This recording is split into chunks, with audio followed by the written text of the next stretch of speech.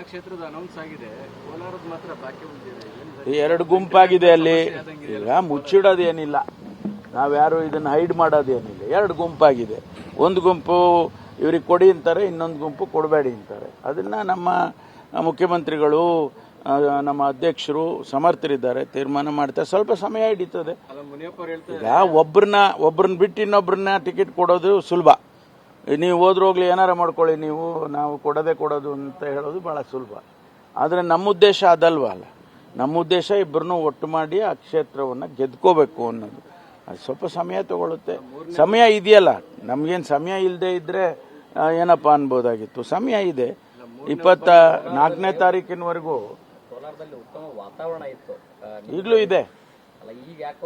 ಇಲ್ಲೆಲ್ಲ ಈಗಲೂ ವಾತಾವರಣ ಇದೆ. ಕಾಂಗ್ರೆಸ್ ಪಕ್ಷ ಗೆಲ್ಲುತ್ತೆ. ನಾವು ಯಾರಿಗೆ ಸೀಟ್ ಕೊಟ್ಟರು, ಅಂತಿಮವಾಗಿ ಯಾರಿಗೆ ಕೊಟ್ಟರು ಅಲ್ಲಿ ಗೆದ್ದಿತೀವಿ. ಮೂರನೇವ್ರು ಬಂದ್ರೆ ಕಷ್ಟಕ್ಕೆ ಸಿಕ್ಕಾಕೊಳ್ತಾರೆ ಅಂತ ಮುನಿಯಪ್ಪ ಅವರೇ ಹೇಳ್ತಾ ಇದ್ದಾರೆ. ಅದೇನೇ ಇರಲಿ, ಅಂತಿಮವಾಗಿ ತೀರ್ಮಾನ ಮಾಡ್ತಾರೆ. ಇದೆಲ್ಲ ಇರುತ್ತಲ್ಲ, ತಾವು ನೋಡಿದಿರಿ ಪ್ರತಿ ಚುನಾವಣೆಯಲ್ಲಿ ಇಂಥದ್ದು ಇದೆಲ್ಲ ನೋಡಿದಿರ. ಆದರೆ ಆ ಕ್ಷೇತ್ರದಲ್ಲಿ ಕಾಂಗ್ರೆಸ್ ಪಕ್ಷ ಖಂಡಿತವಾಗಿ ಯಾರಿಗೆ ಟಿಕೆಟ್ ಕೊಟ್ಟರು ಕೂಡ ಗೆದ್ದೀತಾರೆ. ಎಲ್ಲ ಕ್ಷೇತ್ರದ ಅನೌನ್ಸ್ ಆಗಿದೆ, ಕೋಲಾರದ ಮಾತ್ರ ಬಾಕಿ ಉಳಿದಿದೆ. ಎರಡು ಗುಂಪಾಗಿದೆ ಅಲ್ಲಿ. ಈಗ ಮುಚ್ಚಿಡೋದೇನಿಲ್ಲ, ನಾವ್ಯಾರು ಇದನ್ನ ಹೈಡ್ ಮಾಡೋದೇನಿಲ್ಲ. ಎರಡು ಗುಂಪಾಗಿದೆ. ಒಂದು ಗುಂಪು ಇವ್ರಿಗೆ ಕೊಡಿ ಅಂತಾರೆ, ಇನ್ನೊಂದು ಗುಂಪು ಕೊಡಬೇಡಿ ಅಂತಾರೆ. ಅದನ್ನ ನಮ್ಮ ಮುಖ್ಯಮಂತ್ರಿಗಳು, ನಮ್ಮ ಅಧ್ಯಕ್ಷರು ಸಮರ್ಥರಿದ್ದಾರೆ, ತೀರ್ಮಾನ ಮಾಡ್ತಾರೆ. ಸ್ವಲ್ಪ ಸಮಯ ಹಿಡಿತದೆ.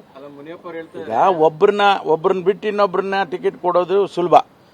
ನೀವು ಹೋದ್ರೋಗ್ಲಿ ಏನಾರ ಮಾಡ್ಕೊಳ್ಳಿ, ನೀವು ನಾವು ಕೊಡೋದು ಅಂತ ಹೇಳೋದು ಬಹಳ ಸುಲಭ. ಆದರೆ ನಮ್ಮ ಉದ್ದೇಶ ಅದಲ್ವಲ್ಲ. ನಮ್ಮ ಉದ್ದೇಶ ಇಬ್ಬರನ್ನು ಒಟ್ಟು ಮಾಡಿ ಆ ಕ್ಷೇತ್ರವನ್ನು ಗೆದ್ಕೋಬೇಕು ಅನ್ನೋದು. ಅದು ಸ್ವಲ್ಪ ಸಮಯ ತಗೊಳುತ್ತೆ.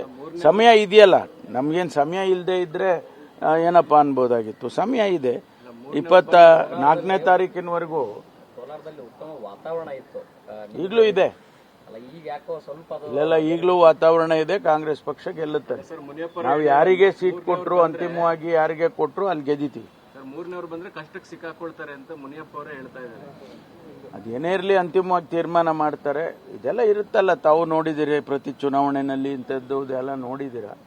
ಆದರೆ ಆ ಕ್ಷೇತ್ರದಲ್ಲಿ ಕಾಂಗ್ರೆಸ್ ಪಕ್ಷ ಖಂಡಿತವಾಗಿ ಯಾರಿಗೆ ಟಿಕೆಟ್ ಕೊಟ್ಟರು ಕೂಡ ಗೆದ್ದೀತಾರೆ.